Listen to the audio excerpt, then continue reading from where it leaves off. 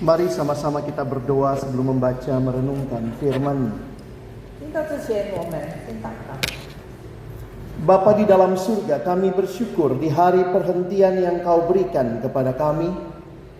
主，我们要感谢你，在这个安息日， Kami boleh datang memuji memuliakan nama-Mu. 我们可以来赞美敬拜你。 Dan tiba waktunya bagi kami untuk membuka firman-Mu ya Tuhan. 这时候，我们要打开你的话语。 Kami mohon ketika kami membuka firman-Mu, bukalah juga hati kami. 同时也求你张开我们的心肠， Jadikanlah hati kami seperti tanah yang baik, 使我们的心成为良田， supaya ketika benih firman-Mu ditaburkan boleh sungguh-sungguh berakar, bertumbuh, dan berbuah nyata di dalam hidup kami. 当你的话语撒在我们心中的时候，我们可以结出果子。 Berkati hamba-Mu yang menyampaikan dan menerjemahkan.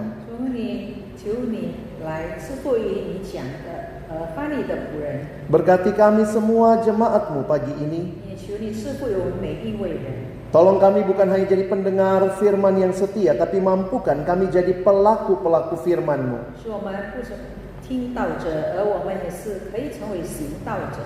Di dalam satu nama yang kudus dan berkuasa, 我们奉那圣名祷 nama 告， Tuhan kami Yesus Kristus, 耶稣基督的名， kami menyerahkan pemberitaan firman-Mu. 我们交托这时间。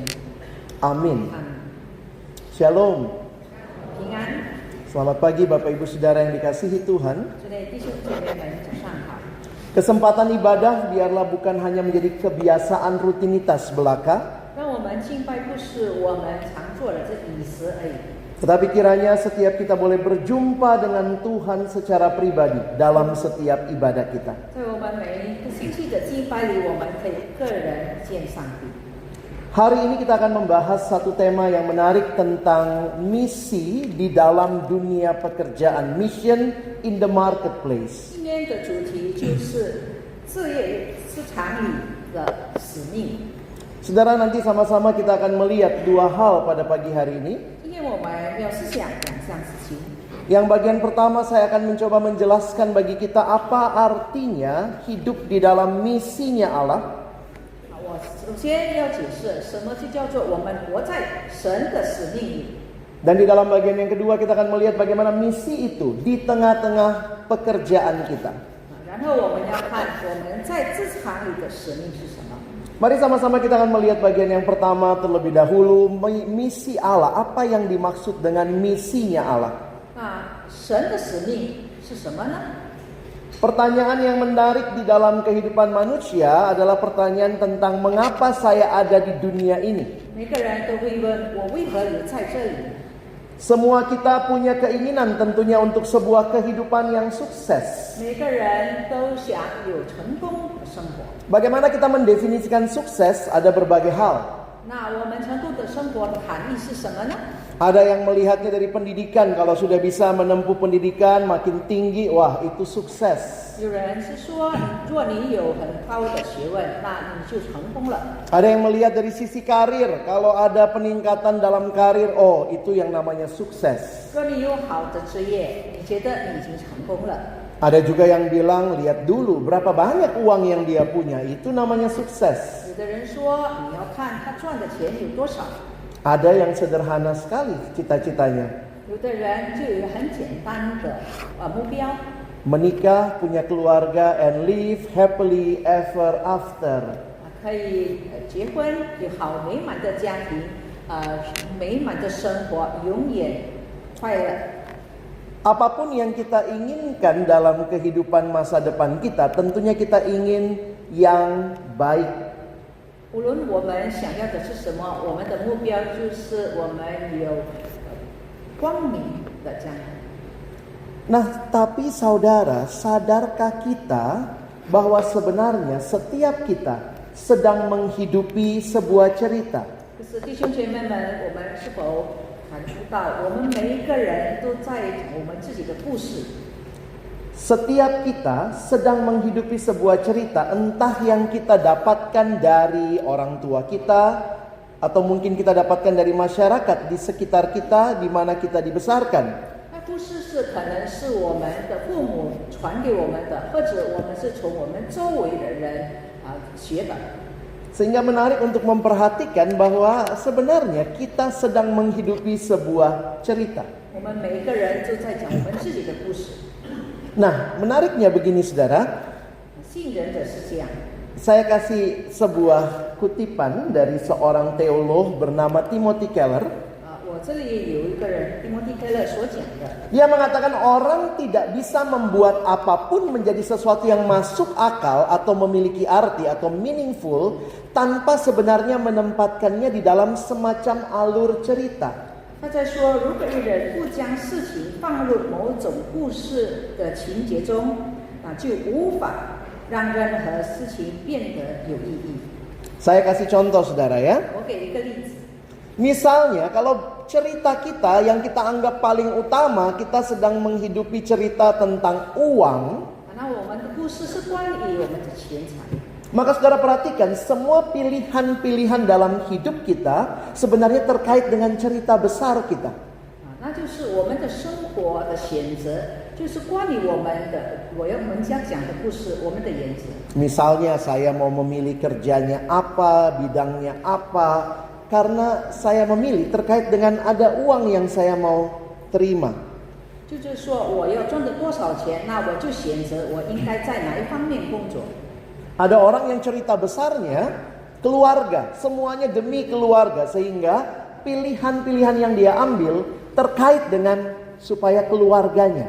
有的人的故事注重家庭的生活，所以他的生活的选择，他所选择的都有跟家庭有关。 Dan kalau kita pikir-pikir, sebenarnya ada banyak cerita yang sedang saudara dan saya hidupi. 看起来你我正在讲很多的故事。 Nah, yang menjadi pertanyaan bagi kita, kalau setiap kita punya cerita, maka pertanyaannya, apakah pencipta kita waktu menciptakan kita, dia punya cerita buat kita? 如果我们每一个人都有我们自己的故事，问题是，那创造我们的创造者，当他创造我们的时候，他是否也有一个故事？ Sebuah kutipan berkata, jika hidup adalah sebuah cerita, tentunya ada seorang pencerita atau yang menuliskan cerita itu. 如果我们的生活是一个故事，那一定有一个讲故事的人。 Sehingga pertanyaannya, apakah saudara dan saya sedang menghidupi cerita pencipta kita atau sekadar cerita kita sendiri? 那我们所遵循的，我们的过程，我们所讲的故事，是我们个人的故事，还是我们讲那个创造者的故事？ Mungkin kita bertanya, kalau ceritanya pencipta kita, ada di mana cerita itu? 那创造我们的故事有在哪里呢？ Apa ceritanya Allah buat kita? 那神的故事跟我们有何关？ Maka saudara, kita akan menemukan kisah Allah, cerita besar Allah di dalam Alkitab. 那我们看到神的故事就有在这圣经里。 Pertanyaannya, Alkitab ini banyak cerita atau satu cerita? 问题是这本圣经里只有一个故事，还是有许多的故事？ Kalau ditanya, satu cerita atau banyak cerita? 如果人家问我们是只有一个故事，还是有很多个故事？ Tentu kita harus menjawab dua-duanya. 我们两个答案都是对的。 Di dalam Alkitab kita ada ceritanya Adam, ceritanya Musa, ceritanya Paulus, ceritanya Petrus. Ada banyak cerita.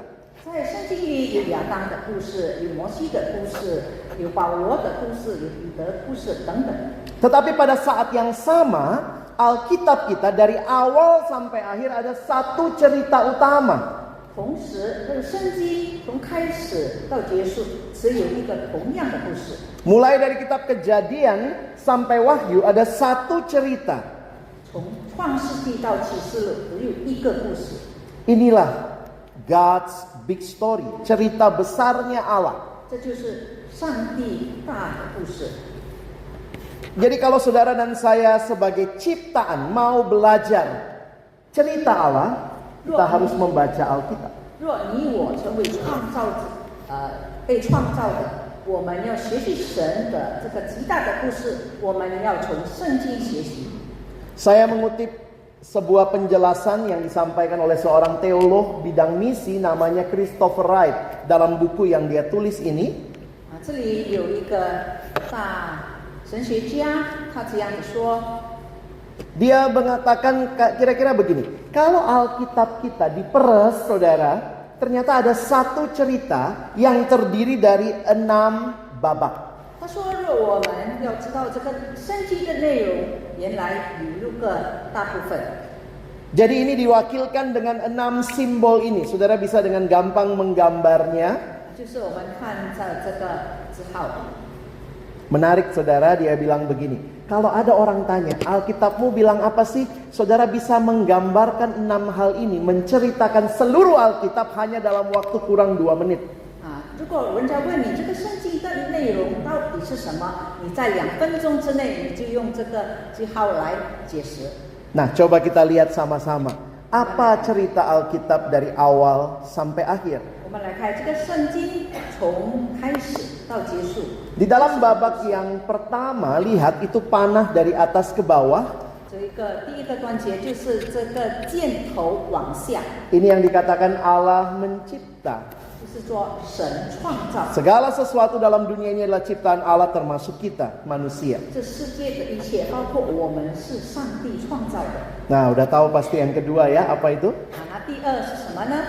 Manusia jatuh dalam dosa, manusia berontak kepada Allah. Itulah kejatuhan. 就是第二，人违背上帝而陷入罪恶里，就是堕落的时候。 Dalam bahasa Inggris itu disebut fall, atau ada juga yang mengatakan rebellion, karena manusia berontak kepada Allah. 就是人违背上帝。 Nah, yang paling kita ingat simbol yang mana? 我们认识的是，我们最熟悉的是 Nomor 4 ya. 第4。 Nah, nomor 4 itu kan Yesus itu ya. 是第4，就是代表耶稣。 Sejak manusia jatuh ke dalam dosa sampai Yesus datang, Allah memberikan janji, promise. 自从人犯罪之后，到耶稣要来的时候，上帝给我们应许。 Dan ketika Yesus datang di dalam sejarah, Yesus menjadi pusat daripada kehidupan orang percaya karena dia menebus yang disebut redemption. 在人的历史里，耶稣成为人家所记得的，因为他就是那个救赎主。 Tapi menarik saudara, Yesus kemudian setelah dia mati, dia bangkit, dia naik ke surga. 是耶稣当他赎罪的时候，他被钉十字架、受死而复活升天。 Dan dia berjanji bahwa dia akan datang kali yang kedua. 他应许我们，他必第二次的再来。 Nah, lihat panahnya, Yesus kan datang ya. Mama babak 6, 在第6个步骤，那个箭头 itu namanya new creation. Ciptaan yang baru. Allah akan membaharui segala sesuatu. 新造的。 Saudara buka Alkitab kita, kitab Wahyu bicara babak 6. 那我们开圣经看启示录，就是关于这个新造的人。 Babak 6 sudah terjadi? 第6个步骤已经发生了吗？ Belum ya? 还没有。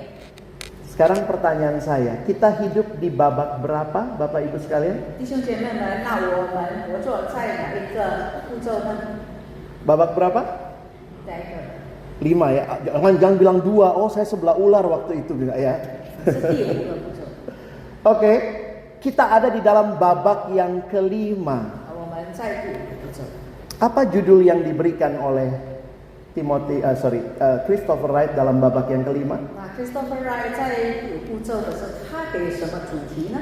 Menarik, dia memberikan judul babak kelima adalah mission, 就是使 misi. 命。 Jadi kalau saudara secara sederhana mengerti misi, 弟兄姐妹，你要很简单的认识这个使命。 semua kita yang hidup menantikan Kristus yang akan datang kedua kali, kita yang telah ditebus, kita ada di dalam misi. 那我们每一个人已经被耶稣救赎的，我们等候耶稣的第2个再来，我们每一个人都在肩负这个使命。 Jadi kalau saudara sekarang perhatikan konsep Alkitab sebenarnya, 其实这个圣经的概念， jadi bukan kita yang punya cerita, lalu kita minta Tuhan masuk dalam cerita saya, berkati cerita saya, bukan demikian. 不是说我们的故们有请上帝来赐福于我们，让我们能够施行我们的故事。 Tetapi sebenarnya ada Allah yang punya cerita dan dia menciptakan kita supaya saudara dan saya berbagian dalam misinya. Allah mengundang kita dalam ceritanya. 最重要的是上帝的故事，我们要明白上帝的故事，让我们在上帝的极大的故事里有份。 Coba kalau saudara sadari ini dengan baik, maka ingat, kita semua adalah misionaris. 若你们很好的领悟了这个大使命，那我们每一个人都能遵循这个使命。 Tentunya dalam arti yang umum. 就是在一般普遍的， Karena semua yang sudah percaya karena penebusan Kristus di babak 4, kita semua yang menanti dia akan datang, kita ada di dalam misi. 若我们每一个人相信我们已经被耶稣救赎了，我们在等候耶稣第二次再来，我们每一个人在肩负这个使命。 Apapun yang saudara kerjakan, saudara berkeluarga, konteksnya harus dalam penggenapan misi Allah. 无论你做任何事，若你在家庭里，那你要承前你在家庭里的使命。 Saudara yang studi, saudara yang bekerja, saudara yang melakukan segala hal, kita semua ada di nomor 5. Kita ada di dalam misinya Allah. 我们无论是学生，无论是你是在事业里的，我们每一个人都有在这个第5个端节。 Saya pernah ketemu jemaat, dia bilang, "Oh, Bapak masih di perkantas ya, masih hamba Tuhan ya, Pak." 我有认识一个会友，他说牧师你还在perkantas，你还在侍奉。 Terus saya bilang, "Loh ya kan situ hamba Tuhan juga." Dia bilang, "Oh kalau saya bukan Pak, saya mah kerja biasa, saya hamba uang." 他就说牧师说那你也是神的仆人嘛？他说不是，我不是神的仆人，我是钱的仆人。 Bagaimana kita melihat hidup kita ada di dalam cerita besarnya Allah. 我们每一个人的视为我们的生活，我们的故事是在上帝的极大的故事里的一部分。 Jadi ada pencipta yang punya cerita buat hidup saudara. 有一个创造者对你我每一个人有自己的故事。 Dan saudara ada di dalam ceritanya, dalam misinya. 我们每一个人有在上帝的故事里。 Nah saudara yang dikasihi Tuhan, seringkali kita mengerti misi terlalu sempit. 弟兄姐妹们，我们每一个人其实对于这个使命的了解很窄。 Ini yang kadang-kadang membuat kita jadi lupa bahwa kita semua adalah misionaris-misionaris Allah. 我们常常就忘记了，我们每一个人就是上帝的宣教师。 Semua gereja, sebagian besar gereja pasti punya tim misi. 我们每一个教会常常会有差传部， Punya proyek-proyek misi, punya pelayanan misi di daerah-daerah. Dan saya harap kita semua mendukung misi itu. 有很多的工作计划，在某个地方都有计划，我们每一个人都必须支持。 Beberapa kali dalam 1 tahun biasanya kita ikut tim misi. Ada beberapa yang mungkin pergi ke daerah melayani. Puji Tuhan, itu hal yang baik. 1年之内，我们可能在几天，我们有到特别的一个地方来做差传的工作，那个很好。 Mungkin kita pergi misi selama 1 minggu begitu ya. Jadi selama 1 tahun kita kasih waktu 1 minggu kita pergi pelayanan misi ke daerah. 可能在1年里面，我们1个星期的时间，我们就到某个地方来做差传的工作。 Sekali lagi itu baik, kita kerjakan kalau kita bisa terlibat kita lakukan. 就我们能够参与这个工作是很好。 Tapi seringkali yang jadi pertanyaan saya, 1 tahun itu kan 52 minggu. 可是我的问题是在1年里之间有50个星期。 Kalau 1 tahun 52 minggu, pergi bermisi 1 minggu, lalu 51 minggunya saudara kasih judul apa? 若你1年之内52个星期，你1个星期做差传的工作，那其他的51个星期你在做什么呢？ Kenapa misinya cuma 1 minggu? 为什么只有1个星期的时间来做差传的工作？ Tapi kalau kita mengerti konsep ini, maka seluruh hidup kita 52 minggu kita sedang dalam misinya Allah. 就是我们明白真正使命的这个概念，我们明白整年我们是在做差传的工作。 Berarti waktu saudara bekerja, keseharian saudara di marketplace, you are on a mission. 如果你只在职场里，你每一天都工作，那你是在你的职场里的宣教师。 Apapun profesi saudara, 无论你在哪个方面工作？ Kita ada di dalam misinya Allah. 我们有在上帝的使命的。 Bahkan misi Allah bukan dibatasi bekerja atau tidak bekerja. 神的这个大使命不是说你在工作还是没有工作。 Karena biasanya begitu ya, kita bilang ini kerja karena masih ada uang, menghasilkan uang. Kalau sudah, oh ini udah pensiun, udah nggak ada duit, berarti sudah nggak kerja. 我们常常认为，那工作是意思说你还可以赚一点钱，那个叫做工作。那你退休了，你没有在工作。 Kalau saudara perhatikan di dalam Alkitab, bekerja pertama kali tidak diasosiasikan dengan uang. 如果弟兄姐妹看圣经，第一次的工作不是没有以前有关。 Adam Hawa bekerja di Taman Eden, 亚当夏娃在伊甸园里工作， ada uangnya di situ. 他们可以赚钱吗？ Jadi sebenarnya bekerja pada prinsipnya adalah melakukan sesuatu bagi kemuliaan Allah, bagi kebaikan sesama. 就是我们工作的原则，就是说我们所做的可以荣耀上帝，带给人有益处。 Dan ketika kita melakukan itu, kita mendapat pemenuhan kebutuhan hidup kita. 那我们这样做，我们能供应我们日常的需要。 Itu bagian dari cara Allah bekerja, memenuhi kebutuhan kita. Sekarang kita terimanya dalam bentuk gaji. 这里就是说，上帝来赐给我们的工作，使我们得用。现在就说好像是薪金。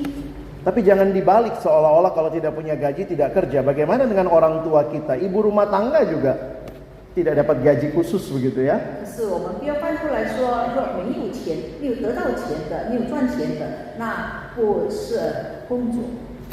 Jadi kalau saudara memperhatikan konsep misi ini, 那我们看这个使命的概念。 dengan memahami God's big story, kita seharusnya mengerti bahwa keberadaan kita, baik kehidupan kita, baik pekerjaan kita, keseharian kita, itu bukanlah tanpa arti ataupun tanpa sebab. 这就要领悟了上帝的这个故事，我们应该明白，我们的生命、我们的工作，而不是偶然的存在。 God's big story menempatkan kita sebagai partisipan, kontributor di dalam cerita besar Allah. 神使我们来参与到他的故事里。 Apa yang saudara dan saya lakukan harus dilihat sebagai bagian dari keseluruhan kisah Allah di dalam dunia ini. 你我所做的工作，我们要视为上帝在世上作为的一部分。 Keberadaan kita penting, pekerjaan kita juga penting. We matter, our work matter. 我们的存在很重要，我们所做的工作很重要。 Maka hadirlah untuk juga melihat di mana bagian kita di dalam cerita Allah. 那我们每个人要看我们在上帝的故事里的地位。 We are on a mission from God. 我们是来肩负上帝的使命， Dan kita berpartisipasi di dalam misi Allah ini. 我们应该参与上帝。 Sekecil apapun bagian kita, 无论你所参与的是大还是小， kita sedang berbagian dalam misi Allah bagi dunia ini. 我们每一个人都在参与上帝在这个世界上的使命。 Mungkin Bapak Ibu ada yang bekerja sebagai guru, sebagai profesional di bidang ekonomi, sebagai seorang di bidang yang lain. Semua kita, sekecil apapun peran kita, kita sedang berbagian dalam misinya Allah. 无论你是当老师的，还是其他的职业，我们每一个人在上帝的使命中有份。 Allah mau membaharui dunia hukum di Indonesia melalui siapa? Melalui saudara yang bekerja di bidang hukum. 上帝要改善我们印尼国家的律法，借助谁呢？就是借助这个基督徒。 Allah mau membangun kesehatan bagi masyarakat melalui siapa? Melalui saudara yang bekerja di bidang kesehatan, mungkin sebagai dokter, perawat, dan seterusnya. 上帝要改善我们国家的卫生部是健康部，借助谁呢？就是借助基督徒的医生和其他的基督徒。 Marketplace, dunia kerja harus dilihat sebagai ladang misi Allah. 我们职场就要看，我们要视为我们这职场是上帝的使命。 Kadang-kadang kita pikir yang ditampilkan di gereja itu yang misi. Pergi ke tempat jauh, hidupnya agak menderita, oh itu misi. Kalau saya bukan misi. 可能我们常常看，教会所宣传的，我们要到某个地方来帮助那个缺乏的人、需要的人，那才是使命。那我们没有参与这个差传的工作。Ada yang bercanda sama saya, iya kalau yang sana dia pergi misi Pak, kalau saya permisi gitu ya. 是说，哎呀，他是在做神的工作，在完成神的使命，那我就这样的过去。Maka sekarang mari kita melihat bagaimana kita hadir di dalam ladang misi kita, di dunia pekerjaan kita, bagaimana prinsip yang harus saudara dan saya bawa. 那我们来看，我们在我们职场里什么原则我们应该注重的，让我们可以肩负这个上帝的使命。 Ini prinsip keterlibatan Kristen di dalam dunia ini, belajar dari doa Yesus bagi murid-muridnya. 我们每一个基督徒要学，在约福音里，耶稣对他的门徒教导他们的原则。 Saya membacakan ayat 15 sampai 17 dalam bahasa Indonesia, dilanjutkan 18 dan 19 di dalam bahasa Mandarin. Aku tidak meminta, ini doa Yesus ya, aku tidak meminta supaya engkau mengambil mereka dari dunia, tetapi supaya engkau melindungi mereka daripada yang jahat. Mereka bukan dari dunia, sama seperti aku bukan dari dunia. Kuduskanlah mereka dalam kebenaran, firman-Mu adalah kebenaran. 18节，你怎么样差我到世上，我也照样差他们到世上。我为他们的缘故，自己分别为圣，叫他们也因真理得胜。 Saudara perhatikan yang saya berikan warna berbeda di situ. 是你看我强调的， Kita diutus Allah ke dalam dunia. 上帝派我们到世界里。 Jadi kalau ada orang Kristen di dunia lalu bilang, Tuhan ngapain aku ada di sini? Saudara lupa ya, ini doa Yesus. Kamu aku utus ke dalam dunia. 若有人好像不甘愿他在世上里的时候，要记得这是耶稣的祷告，让我们也在这个世界里。 Tapi menarik dikatakan kamu bukan dari dunia. 可是耶稣说你不属世界。 Jadi bagaimana kita harus terlibat di dalam dunia tapi bukan dari dunia? 那我们应该怎么样行呢？我们不属世界，可是我们有在世界里。 Prinsip apa yang harus dibawa orang Kristen di dalam dunia? 那我在这个世界里的时候，应该有什么原则呢？ Ini prinsipnya, in the world but not of the world. Murid Tuhan ada di dalam dunia namun bukan dari dunia. 上帝的门徒有在世界里，可是不属于世界。 Maksudnya apa saudara? Kita tidak hidup ikut nilai-nilai dunia meskipun kita ada di dalam dunia. 虽然我们在世界里，可是我们没有遵循世界的价值观。 Jadi nilai dunianya yang harus kita waspadai. Jangan sampai kita ikut nilai dunia. 我们要很注意这个世界的价值。 Bagaimana kita perhatikan hidup kita? Kita harus bertanya kalimat ini ya. Sejauh mana kondisi dunia jangan-jangan sudah mewarnai pemikiran kita? 在这世界里，影响到了什么地步？ Saudara mau jadi misionaris di dalam dunia pekerjaan, tapi tanya lagi, jangan-jangan nilai dunia mewarnai pikiran kita? 你愿意在你这职场里成为耶稣基督的宣教师，可是你也怕这个世界的价值观影响你。 Contohnya apa ya? Ini beberapa contoh nilai dunia yang saya coba garis bawahi. 这是一个例子。 Nah, misalnya sekarang yang dunia kita ukur semua dari materi, makanya materialisme menjadi nilai yang mengerikan. 世界的价值观也就是唯物主义者。 Tapi dari mana orang belajar matre? 那我们怎么样学习会到这个唯物主义呢？ Coba saudara, saya mau tanya, ada nggak yang pulang sekolah anaknya dilesin matre? Pergi les matre ya nak? Ada?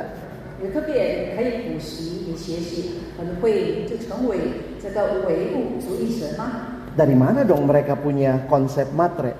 那你怎么学着有这样的观念呢？ Jangan-jangan dari kita juga orang tuanya. 可能是我们父母无意中教导的。 Walaupun tanpa sadar ya, orang tua misalnya kalau lagi kumpul-kumpul keluarga terus bicara begini ya. 可能是我们无意中我们影响小孩子，可能在家庭聚会的时候。Itu anaknya ommu, itu namanya sukses. Lihat baru ganti mobil.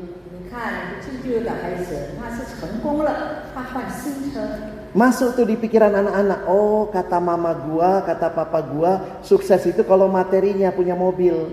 那小孩子就开始去想，哦，在我爸爸妈妈的眼中，那成功就说我可以换一辆新的车。 Itu namanya sukses. Lihat, baru pulang S2 dari luar negeri. 他如果毕业了从外国回来，那就是成功。 Pasti lebih bangga lagi ya kalau baru pulang S2 dari luar angkasa. 他特别是他从太空回来，那更使父母得到骄傲。 Jadi jangan heran, banyak profesional Kristen, namanya Kristen pakai kalung salib, tapi matre. 那我们不能怪很多的基督徒的专责人，他外表看了有这个十字架。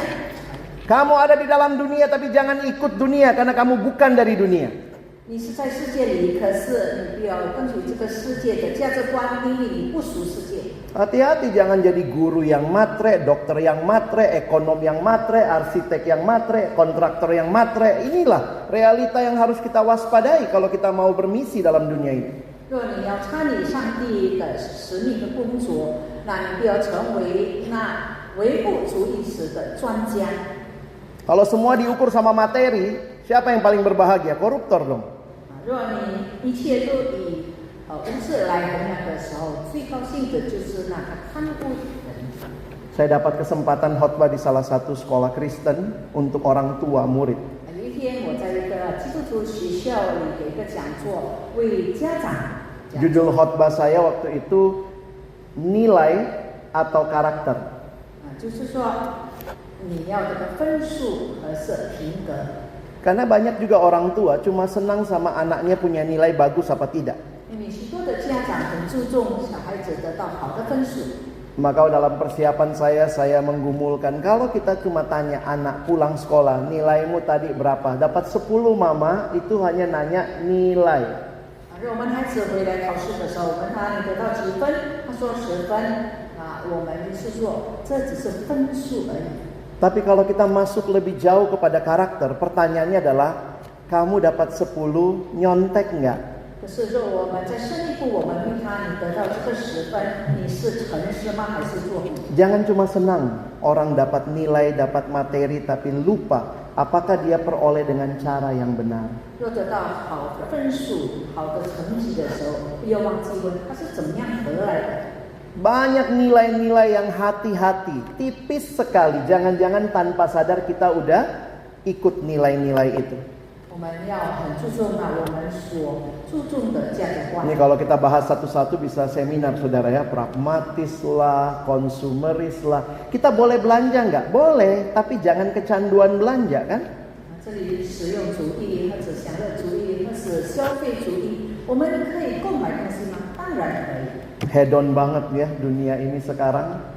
就是享乐主义者现在是很普遍的。 Kadang saya kalau lihat status-status profesional muda, ya ini yang muda ya, karena biasanya yang tua nggak tahu bikin status. 这个比较年轻的这个专家，常常在媒体的。 Kalau yang tua share foto cucu ya. 老了就把他的孙子的照片来发出来。 Wah dia sharing gitu. Work hard, play hard. Wah gitu kan? 这样努力工作，尽情玩乐。 Ini nilai Kristen bukan sih? 那这是否是基督徒应该有的？ Kalau Jumat TGIF, thanks God it's Friday. 到了星期五，他就会说感谢神，今天是星期五了。 Hari Senin, I hate Monday. 我讨厌星期一。 Waduh. Jangan-jangan nilai-nilai ini banyak di sekitar kita, masuk tanpa sadar ya. 可能这个价值观已经影响了。 Sekarang juga gitu kan?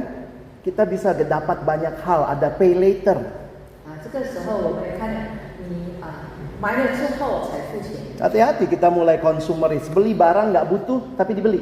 我们多少时候购买东西，其实我们不需要那个商品。 Yang cewek-cewek ya, maaf yang muda-muda gitu. Kenapa beli barang? Kadang-kadang beli itu kenapa? Lucu. Hah? Beli barang karena lucu? 一个一般的年轻女人，你说为什么要购买那个东西？很可爱，很好玩。 Belum tentu butuh, tapi lucu. 它其实真的需要，可是因为它好看，很好玩。 Siapa tamu yang paling sering datang ke rumah saudara sekarang? 现在是什么客人常常来你的家？ Itu lebih rajin dari orang besuk gereja. 比这个教会的看房主还更常到。 Tamunya siapa? Paket. 就是你在网上购买的商品。 Paket. 商品那个。 Itu kayaknya seru sekali ya. Karena ini dunia dulu gampang banget, cuman tinggal klik. 现在很简单，你只需要按一个钮。 Hati-hati saudara, misionaris tapi nilainya dunia. 你是上帝的宣教师，可是你 Kita- 拥有的是世界的价值观。 Kita in the world but not of the world. 我们是在世界里，其实我们不属世界。 Maka apapun profesi kita, ya nggak masuk ibu rumah tangga ya, silakan tambah sendiri ya. 这里没有包括家庭主妇，你自己。 Apapun profesi kita, saudara dan saya, kita hadir menjadi misionaris Allah di dunia milik Allah, di dalam ceritanya Allah. 无论你的职业是什么，我们每一个人的故事必须在耶稣的使命里。 Jadi pengusaha Kristen yang betul-betul membangun kerajaan Allah lewat pekerjaan saudara. 你接受你的工作，你好好成为一个基督教的企业家。 Jadi guru Kristen, jadi ekonom, jadi ahli hukum, jadi bidang kesehatan, semuanya di dalam cerita besarnya Allah. 你成为在基督里面的教师，成为工程师等等。 Saya suka kebayang ya, sebenarnya kalau pendeta hari Minggu angkat tangan kasih berkat, itu mengutus begitu banyak misionaris pergi ke dunia profesi. 其实，在崇拜会后每个星期天，牧师会祝福他的会众会友，让他们预备好来出去传福音。 Harusnya Senin kita suka ya. 其实我们应该很喜欢 Masa habis diberkati besoknya I hate Monday. Jangan minta berkat nanti. 牧师已经祝福你们了，为什么要讨厌星期一呢？ Banyak orang Kristen lupa bahwa dia diutus di dalam dunia. 我们成为基督徒，常常忘了我们是上帝已经差派我们到世界里。 Maka sebagai penutup, bagaimana saudara dan saya bisa mengerjakan misi kita dengan baik sebagai orang-orang di marketplace? 来结束，我们成为基督徒怎么样会好好的肩负我们这差旅的使命呢？ Ada dua hal yang harus saudara dan saya bangun 我们要建立两项的事情， melalui pekerjaan kita. 借助我们的工作。 Saudara bisa lihat penjelasannya, tapi saya jelaskan dengan sederhana. 你可以看他的解释，我很简单的。 Yang pertama, kembangkan kompetensi saudara. 第一就是要发展的责任。 Ini yang disebut task of development. Kalau saudara adalah banker, jadilah the best banker. Kalau saudara adalah insinyur pertanian, ekonomi, jadilah the best dalam bidangmu. Kembangkan kompetensi. Itu yang namanya task of development. 弟兄姐妹们，无论你们在什么职业，你们的工作是什么，你必须胜任你的工作，成为一个好的基督徒。 Lakukan segala sesuatu untuk Tuhan. Give the best to the Lord through your job. Melalui pekerjaan 借助你的 saudara. 工作，把最好的献给上帝， Bukan cuma supaya dibayar lebih. 不是说要得到更大、更好的薪水。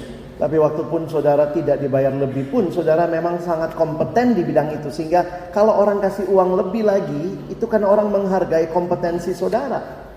无论你得到的薪金大还是小，你必须继续胜任你的工作，因为这是你的责任。 Tapi yang kedua, jangan lupa, 不要忘记， kita juga agen-agen transformasi. 我们是成为改变的使者。 Maka melalui pekerjaan kita nilai kerajaan Allah dinyatakan. Ada orang-orang yang bahkan lihat hidup kita datang sama Tuhan. Kamu pengusaha Kristen yang berbeda. 记住，我们基督徒在工作、在职场里，我们要传讲天国的价值。 Transformasi terjadi kalau saudara adalah pengusaha, bukan pengusaha matre, tapi pengusaha yang jujur, yang integritas. Nah itu beda.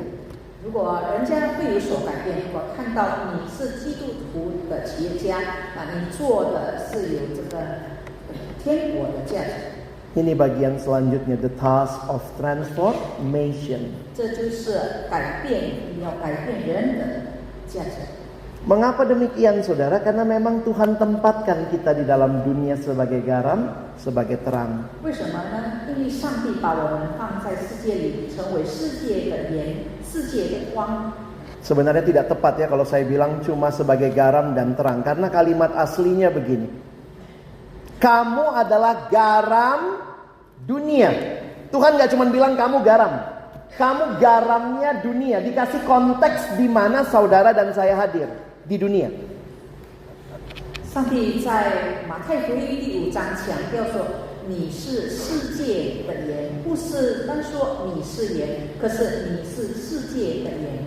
Kamu terangnya dunia. 你是世界的光。 Kita bukan dunia.